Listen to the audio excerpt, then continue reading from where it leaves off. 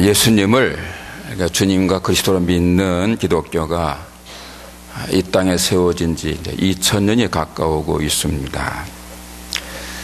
그동안 수없이 많은 사람들이 예수님을 믿었고, 그 많은 그리스도인들 중에서는요, 정말 위대한 사람들이 있어요. 그 중에 첫 번째로 손꼽는 사람이 누구냐 하면 사도 바울입니다. 로마 가톨릭 교회를 믿는 사람들 중에는 사도 베드로를 첫 번째로 손꼽기도 합니다만은 대체로 그러니까 사도 바울을 첫째로 칩니다. 어떤 사람은요, 사도 바울은 기독교를 실질적으로 세운 사람이다, 기독교는 바울의 종교다라고까지 말할 정도입니다. 바울은 기독교 2000년 역사가 낳은 가장 위대한 그리스도인입니다. 그 바울이 예수님을 믿고 그리스도인이 된 것은 그 다메섹에서 부활하신 예수님을 만난 때부터지요. 잘 아시는 대로 예수님과 그의 그 교회를 아주 극도로 증오하던 바울이 그 다메섹에 있는 그리스도인들을 붙잡으러 가다가 반대로 예수님께 붙들립니다. 하나님이신 예수께서 그 바울을 이방인들을 구원하는 당신의 사도로 삼으시기 위해서 강권적으로 붙드신 거예요. 바울이 예수님을 만났을 때 상황에 대해서 사도행전 26장 15절 이하에서 이렇게 간증을 합니다. 내가 대답하되 주님 누구시니까? 주께서 이르시되 나는 네가 박해하는 예수라. 일어나 너의 발로 서라. 내가 네게 나타난 것은 곧 네가 나를 본 일과 장차 내가 네게 나타날 일에 너로 종과 증인을 삼으려 함이니 이스라엘과 이방인들에게서 내가 너를 구원하여 그들에게 보내어 그 눈을 뜨게 하여 어둠에서 빛으로 사탄의 권세에서 하나님께로 돌아오게 하고 죄사함과 나를 믿어 거룩하게 된 무리 가운데서 기업을 얻게 하리라. 바울은 예수님께서 이방인들을 구원하시기 위해서 특별히 세우신 사도라는 말씀입니다. 바울은 예수님의 뜻과 말씀에 즉시 순종합니다. 사도행전 9장에 나오는 대로 다메섹에서 그 아나니아라는 사람에게 세례를 받아서 그리스도인이 된 다음에 그때부터 즉시 밖에 나가서 사람들에게 예수님이 하나님의 아들 되심을 증거하기 시작합니다. 며칠 전만 해도 혈기등등한 채 그리스도인들을 잡아 죽이려고 하던 사람이 하루아침에 돌변해서 예수님을 전한 것입니다. 바울이 그렇게 하루아침에 180도로 변한 모습을 보고 그 다메섹에 살던 유대인들이 경악을 하는 거예요. 그 당시 그 다메섹에는 많은 유대인들이 살고 있었습니다. 근데 그 유대인들이 이 바울이 이 돌변한 것을 보고서는 놀라는 거예요. 아니 저 사람이 말이야, 저 바울이라는 자가 예루살렘에서 예수님 믿던 사람들을 잡아다 죽인 사람 아닌가? 여기 온 것도 예수 믿는 사람들을 붙잡으려고 온 거 아닌가? 그런데 어떻게 하루아침에 저렇게 사람이 변했는가? 이렇게 달라졌는가? 저럴 수가 있나? 그리고는 그 바울에 대해서 분개하는 거예요. 그래서 저자를 가만두면 안 되겠다, 죽여야 되겠다. 이래서 그 유대인들이 바울을 죽이려고 작당을 하고 계획을 세웁니다. 그런데 다행히 그 사실이 새어나가. 그래서 바울의 제자들이 바울을 피신시키는 거예요. 바울이 예수님을 만나서 회심한 이후 그 다메섹에 얼마 동안 있었는지는 잘 모릅니다.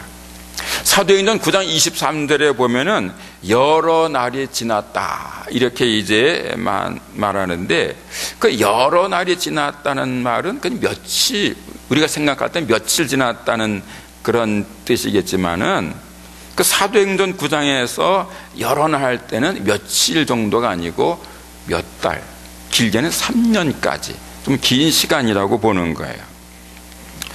바울이 그 다메섹에서 예수님을 믿고 그리고 바로 떠는 것이 아니라 그 다메섹에서 전도를 한 거예요. 그때 이 다메섹에는 약 5만 명 정도의 유대인들이 살고 있었다고 그럽니다. 이스라엘이 이제 이스라엘 본토에서만 있었던 게 아니고 사람들이 주변 나라에 흩어져 살았는데 그 지금의 시리아 지역인 아람 지역에 약 5만 명 정도의 많은 유대인들이 살고 있었던 거예요. 그래서 이 바울이 다른 곳으로 가지 아니하고 그 다메섹에 살고 있는 유대인들에게 가서 예수님이 바로 우리 민족이 오랜 동안 기다려왔던 메시아다, 그리스도다, 이렇게 증거를 한 겁니다. 그래서 그 다메섹에서 그 바울의 전도로 예수를 믿은 사람들이 꽤 됐던 것 같아요. 그들이 이제 오늘 성경에 나오는 이제 그 사도행전에 나오는 바울의 제자들인 겁니다. 자, 그 제자들이 자기들의 스승인 바울이 그 위험한 지경에 빠지게 된 걸 알고 이제 피신을 시키는 거예요. 그때 그 다메섹에 있던 유대인들이 바울을 죽이기 위해서 아주 찾아다닌 겁니다. 그래서 바울은 도망다니죠. 그러니까 유대인들이 여차하면 이 바울이 다른 성으로 도망갈까봐 걱정이 돼서 밤낮으로 이제 그 성문을 지켰다는 거예요.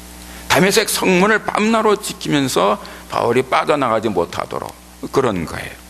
그래서 이제 이 바울의 제자들이 바울을 어떻게 피신시킬까 여러모로 궁리하다가 어느 날 밤중에 이 광주리에 담아가지고 이 바울을 성벽에서 달아내려서 피신을 시킨 겁니다.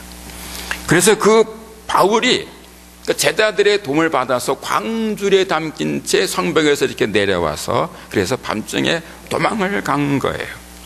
그 사건, 그 바울이 제자들의 도움을 받아서 그 사제에서 벗어났던 그 사건은요, 그날만 그친 것이 아니고 장차 바울이 당할 핍박과 고난을 예고하는 예고편이었어요. 고린도후서 11장에 나오는 바울의 간증에 의하면 이 바울은 예수님을 증거하는 동안에 보통 사람들은 견디기 어려운 엄청난 핍박과 고난과 고통을 겪습니다. 바울은요, 그 예수님의 사도들 중에서 가장 마지막으로 늦게 사도가 된 사람이지만은 다른 어떤 사도보다 수고를 많이 했습니다. 감옥에 여러 번 갇혔습니다. 매도 수없이 많이 맞았습니다. 매를 얼마나 맞았던지 한 번은 맞다가 죽은 적이 있어요. 루스드라는 곳에서 사람들이 이 바울을 이제 몰매를 했는데 사람들이 막 이제 바울을 치다 보니까 죽는 거예요. 그래서 이 사람 죽었구나. 그러고는 끌어다가 성 밖에 갖다 버렸습니다. 왜 옛날에는 성 밖에 이제 연고 없는 사체들 갖다 버리는 데 있잖아요. 그렇게 갖다 버린 거예요. 그런데 다시 살아났어요. 근데 그만큼 많은 매를 맞았어요. 아주 여러 종류의 매를 맞았어요. 또 선교 여행 다니다가 이제 배를 타고 이곳저곳 전도하다가 배가 파손이 돼가지고 조난당한 적도 여러 번 있었습니다. 한 번은요, 하루 밤낮 24시간 동안을 그 깊은 바다를 떠돌아다니는 그런 적도 있었습니다. 밥을 굶거나 물을 마시지 못해서 극심한 갈증을 겪고 자지 못한 채 추위에 떤 적은요, 부지기수로 일일이 헤아릴 수 없을 만큼 많았습니다. 사도 바울은 기독교 역사상 가장 위대한 사도고 가장 위대한 전도자였지만은 동시에 가장 혹독한 고난과 고통과 아픔과 슬픔을 겪은 고난의 사람이었던 겁니다. 바울의 위대한 승리 바탕에는 보통 사람은 상상할 수 없는 엄청난 고난이 있었던 거예요. 그 바울이 겪고 당한 고난, 고통을 이제 돌아보면요, 경이롭기까지 합니다. 아니, 어떻게 그런 고통을 견뎠나? 아니, 어떻게 저런 고난을 극복할 수 있었는가? 그 바울의 인내심, 바울의 믿음이 아주 놀라운 거예요. 보통 사람들은 상상조차 하기 어려운 절대 고난과 절대 고통을 이겨내고 마침내 승리를 노래한 그 바울의 믿음과 용기는 경이스럽기까지 한 것입니다.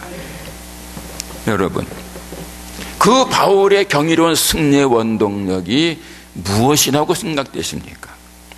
바울이 디모데후서 4장 7절에서 나는 선한 싸움을 싸우고 나의 달려갈 길을 마치고 믿음을 지켰으므로 이제 나를 위하여 의의 멸류관이 예배되었다 라고 승리를 노래했는데, 그 사도 바울이 엄청난 고난을 이기고 승리한 비결이 무엇이라고 생각되십니까?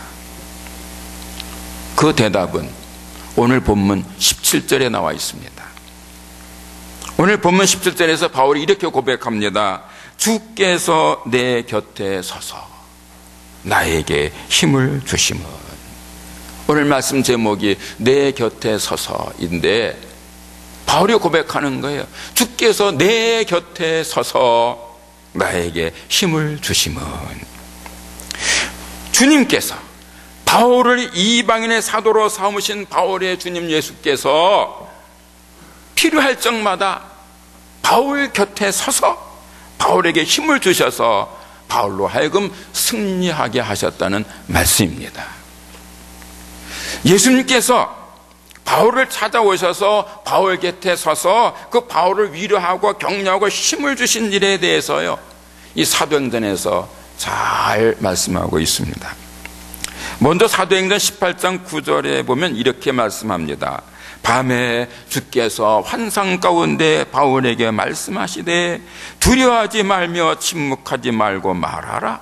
내가 너와 함께 있으며 어떤 사람도 너를 대적하여 해롭게 할 자가 없을 것이니 이 성중에 내 백성이 많음이라. 하나님께서 바울과 함께 하시겠다는 거예요. 아무도 대적할 자가 없다는 거예요. 이 놀라운 말씀을 바울이 언제 들었느냐 하면 고린도라는 곳에서 심히 두려워 떨고 있을 때에 환상 중에 들은 말씀입니다. 이 환상이라는 말은 헬라어로 호라마라 그러는데 정신적인 황홀 상태를 뜻합니다. 꿈이 아닙니다. 성경에서 꿈에 무엇을 보을 때는 현몽하여 가로되 또는 꿈에 이렇게 나와요. 이 환상은 꿈이 아니에요. 사도행전 그 10장을 보면 베드로가 기도하다가 환상 보는 얘기가 나와요. 근데 그때 시간이 언제냐면 한낮입니다. 12시 정오에 아주 낮에요. 자는 시간이 아니에요. 한밤중에 기도하다가 졸은 게 아니고 대낮에 기도하다가 베드로가 환상을 봐요. 근데 그때 그 환상이라는 단어를 그 개역 성경, 여러분들이 지금 쓰는 성경은 개역 개정판입니다. 근데 전에 쓰던 성경은 개역판이거든요. 그러니까 개역 성경에는 뭐라고 되어 있냐면 베드로가 비몽사몽간에 이렇게 나와요. 예? 비몽사몽, 꿈도 아니고 생수도 아닌 그럼 비몽사몽 중에 이렇게 같은 단어를 표준 세번역에서는 무아지경 가운데 이렇게 표현을 합니다. 말하자면 환상은 꿈이나 환각이나 착각이 아니고 정신적인 어떤 황홀 상태를 의미하는 거예요. 바울이 고린도에서 그런 환상을 보았는데 그때 바울이 그 정신적인 황홀 상태 환상을 본 때는 바울이 심적으로 아주 힘든 때였어요. 그때 바울은 고린도시에 있었는데 그 고린도시는 그리스의 한 그 도시 중에서도요 아주 음란하고 태폐적인 도시. 이 고린도는 항구 도시입니다. 여러분 예나 지금이나 항구에는요 돈이 돕니다. 그러다 보니까 많은 이제 향락 문화가 발달을 합니다. 사람들은 부도덕하고 난폭하기 쉽습니다. 그래서 예수 그리스도의 복음을 전하기가 대단히 어려운 곳이었어요.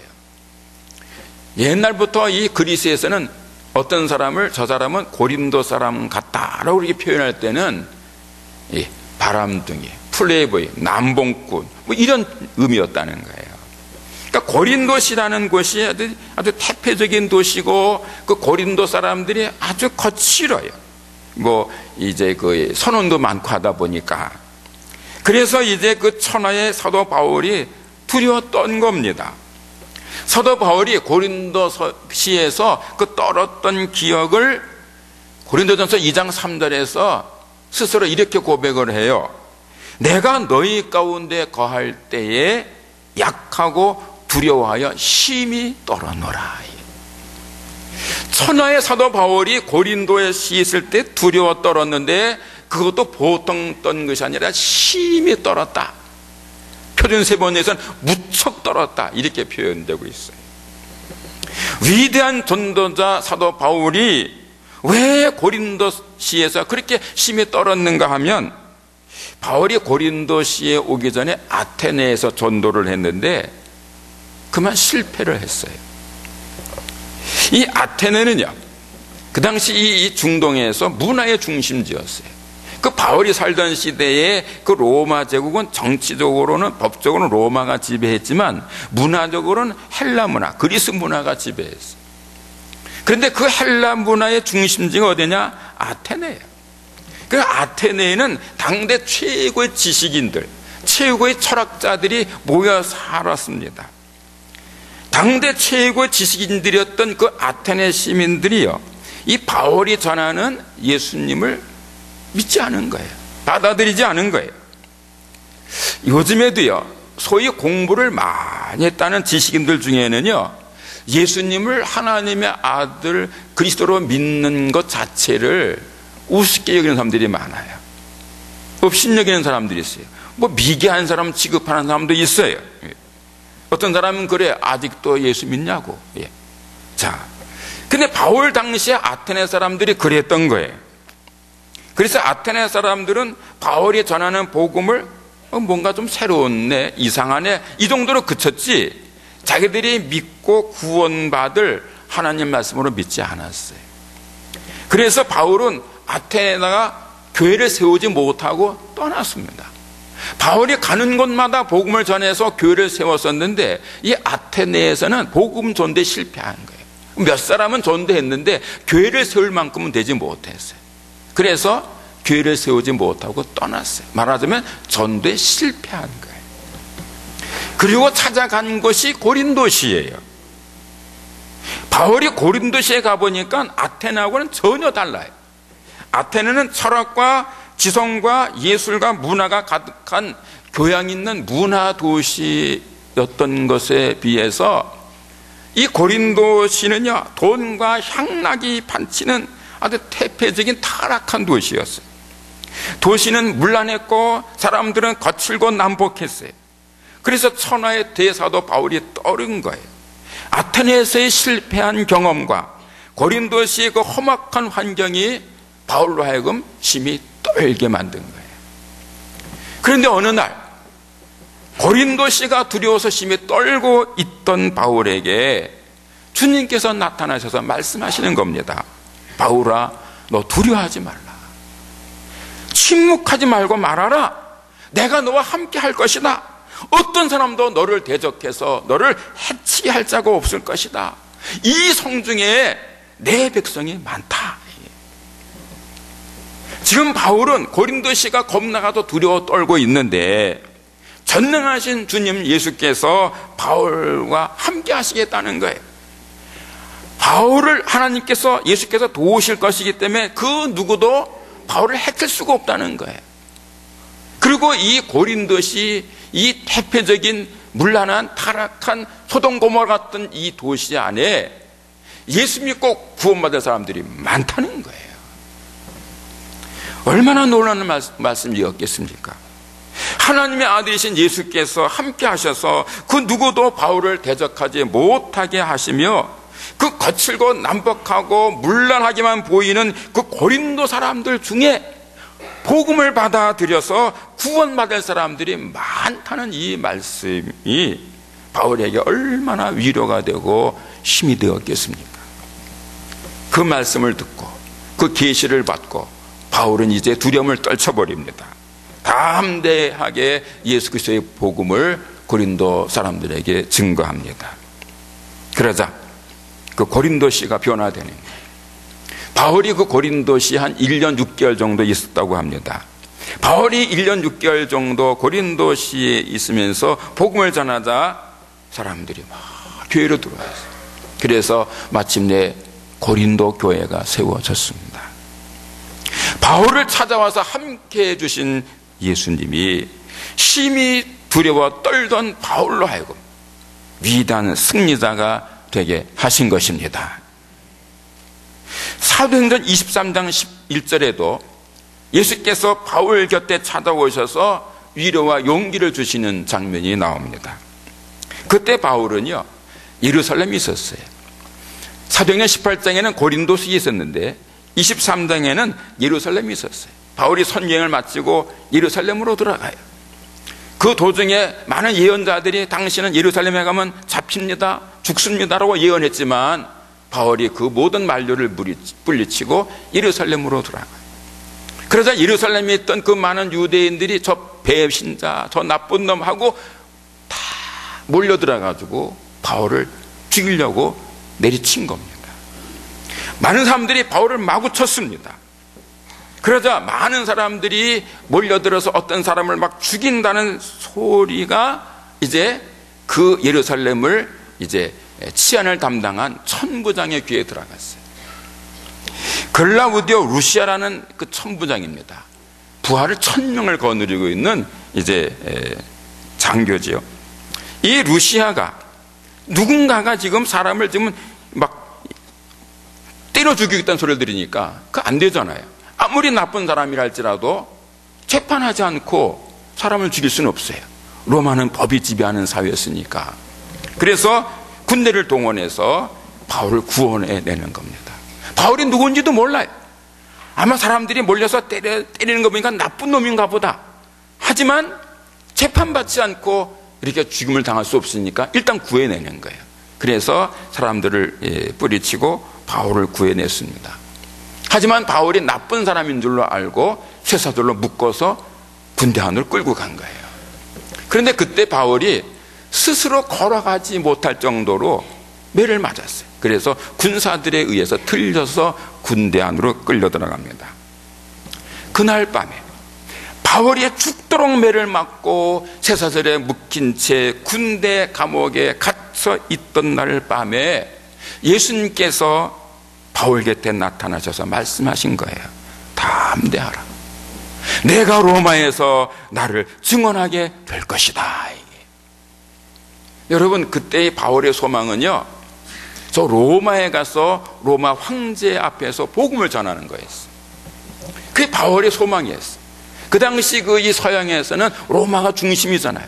그 로마의 중심인, 로마 제국의 중심인 로마시에 들어가서 로마 황제 앞에서, 그리고 많은 원로원들 앞에서, 로마 시민들 앞에서 예수 그리스도를 증거하고 싶은 그런 소망이 있었던 거예요.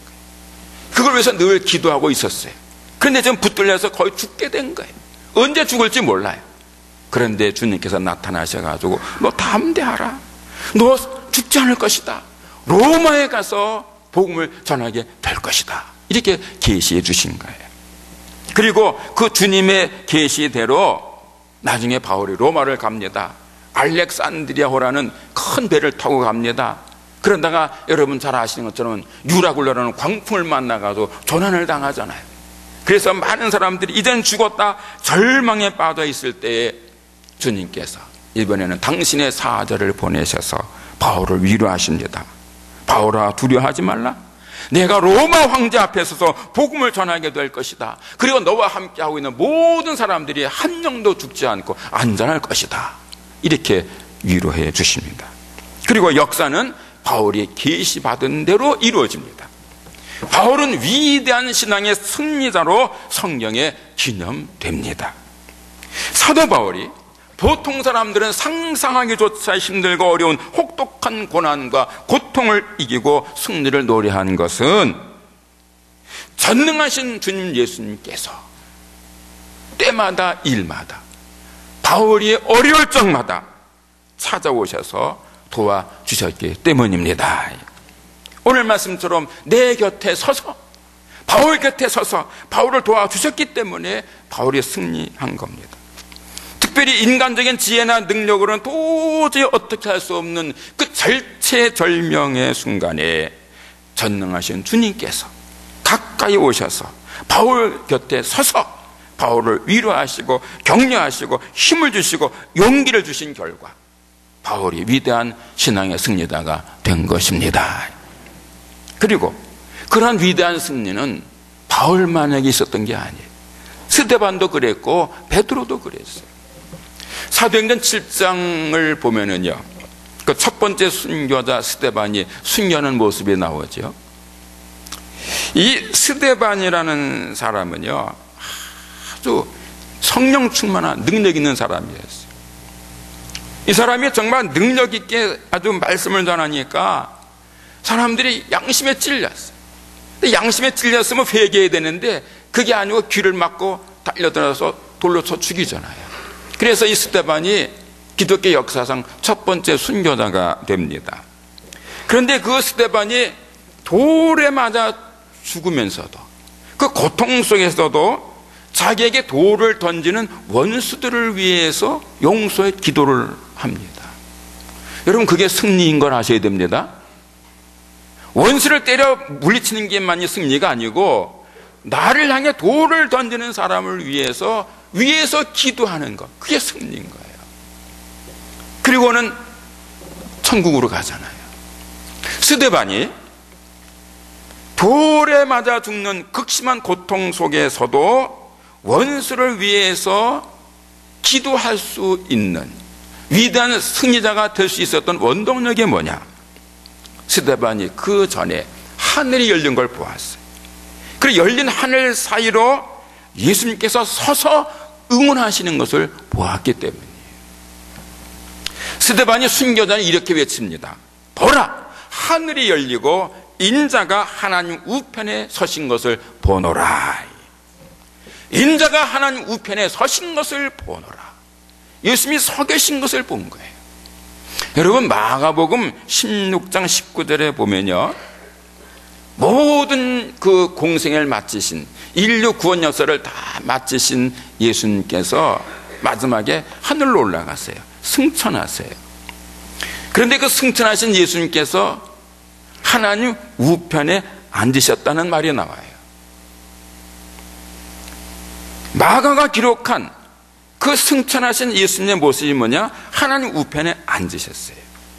그 이후에 성경은 아주 여러 곳에서, 구체적으로 예를 들면 로마서 8장 34절, 에베소 1장 20절, 골로새서 3장 1절, 히브리서 1장 3절, 8장 1절, 10장 12절, 12장 2절, 베드로전서 3장 22절, 요한계시록 3장 21절, 이렇게 여러 곳에서 예수님은 하나님 우편에 앉아 계신 것으로 묘사를 해요.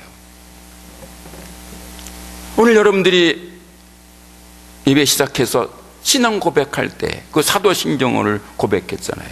거기도 뭐라 그래요? 하늘에 오르사 전능하신 하나님 보좌 우편에 앉아 계시다 그랬잖아요.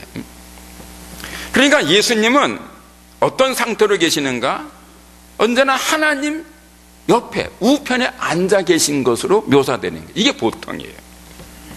그런데 스데반이 순교 직전에는 예수님이 서 계신 것을 보는 거예요. 보라, 인자가 하나님 우편에 서신 것을 보노라.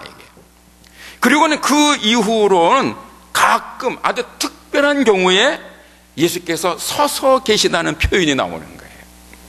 오늘 본문에서도 바울이 주께서 내 곁에 서서 이렇게 말씀하고 있잖아요. 무슨 이유겠습니까? 왜 하나님 우편에 앉아 계시던 예수님께서 일어나 서시거나 또는 믿는 사람 곁에 찾아오셔서 그 곁에 서서 계신 것이겠습니까? 대답은 간단해요. 힘을 주시기 위한 것입니다. 용기를 주시기 위한 거예요. 당신의 사람들의 위기를 당해서 쓰러지려 할 때에 힘을 주시고 용기를 주시기 위해서 주님께서 자리에서 일어나시기도 하고 찾아와 그 곁에 서시기도 하시는 것입니다. 여러분, 운동 경기할 때 그런 경우 보지요. 여러분들이 응원하는 사람이나 어떤 팀이 이기면 좋아서 막 일어나서 춤추고 환성을 지르고, 또는 질 때는요 일어나서 막 응원하지 않습니까? 이기라고 말이에요. 이 서 있다는 게 뭐예요? 응원하는 거예요. 그런 이치, 사랑의 주님 예수께서 당신을 믿는 사람들이 힘들어할 때면 자리에서 일어나서 응원하시기도 하고, 찾아오셔서 그 곁에 서서 힘을 주심으로 그들을 승리케 하시는 것입니다. 스데반이나 바울이나 베드로나 그리고 모든 승리한 그리스도인들의 승리의 배경에는 그 곁에 서서 힘을 주신 예수님의 특별한 은혜와 사랑이 있는 것입니다. 같은 이치에서 오늘 여러분들이 험한 세상에서 믿음을 잃지 않고 승리할 수 있는 것도 전능하신 주님께서 때로는 곁에 서서 힘을 주신 결과입니다. 비록 눈에는 잘 보이지 않았을지 모릅니다. 잘 느끼지 못했을 겁니다. 하지만 우리 주님께서 여러분들 곁에 찾아오셔서, 아니면 천군 천사를 보내셔서 도와주신 결과 오늘 여러분들이 이 자리에 계신 것입니다. 여러분, 오늘 본문에서 바울이 주께서 나를 사자 입에서 건져주셨다 그랬어요. 지나온 삶을 돌아보면 사자 입 같은 위기가 있었잖아요. 어려움이 있었잖아요. 지난 한 해 동안에도 그런 어려움이 있었을 거예요. 그런데 어떻게 그걸 다 이겼는가? 주님께서 곁에 서서 힘을 주신 연고입니다. 오늘 여기 우리 문희주 성교사님, 우리가 기도하고 후원하는 문희주 성교사님 여기 앉아 계시는데, 중국 가신 지 좀 꽤 됐죠. 몇 년째예요? 우리 20년 다 돼가요. 그 중국 가서 선교할 때 얼마나 많은 힘든 일이 있었겠어요. 다 아치 간증 들어보지 않았지만 얼마나 많은 힘든 일이 있었겠어요. 그래도 끝까지 이기고 오늘 여기 앉아 계신 건 뭐예요? 주님께서 서서, 곁에 서서 도와주신 연고입니다. 믿으시죠? 이 간증하시려면 밤새도록 하실 수 있을 것 같아요. 많은 선교사들이 정말 절망적인 상황인데 주님께서 찾아오세요. 또 사자가 찾아와. 그래서 힘을 줘. 그래서 승리한 거예요. 지난 1년 동안 여러분들이 승리하신 이유가 뭐예요? 주께서 곁에 서서 힘을 주신 연고입니다. 유명한 이야기가 있죠. 너무도 유명하고 감동적인 이야기를 해서 예수 믿는 사람들은 대부분 한 번 이상은 들은 이야기일 겁니다. 그래도 또 듣고 또 들어도 감동적이라서 한 번 더 하겠습니다. 어떤 성도가 환상을 보았답니다. 근데 그 환상은 다른 게 아니고 자기가 지나온 인생 발자취를 보았어요. 환상 중에 보니까 자기가 걸어온 인생길이 보이는데 발자국이 다 있는 거예요. 근데 발자국이 한 사람 발자국이 아니라 두 사람 발자국이, 자세히 보니까 자기 발자국과 주님의 발자국이 함께 있었어요. 너무 감사했어요.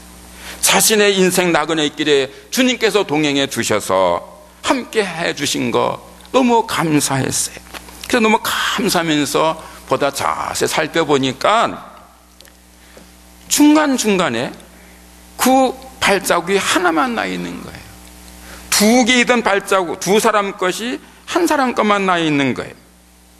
웬일인가 하고 자세히 살펴보니까 그때는 자기가 아주 어려운 때마다 발자국이 하나밖에 없는 거예요. 너무 섭섭했다는 거예요. 자기가 힘들고 어려울 때마다 우리 주님께서 나를 혼자 내버려 두시고 떠났다는 생각이 드니까 너무 섭섭했어요.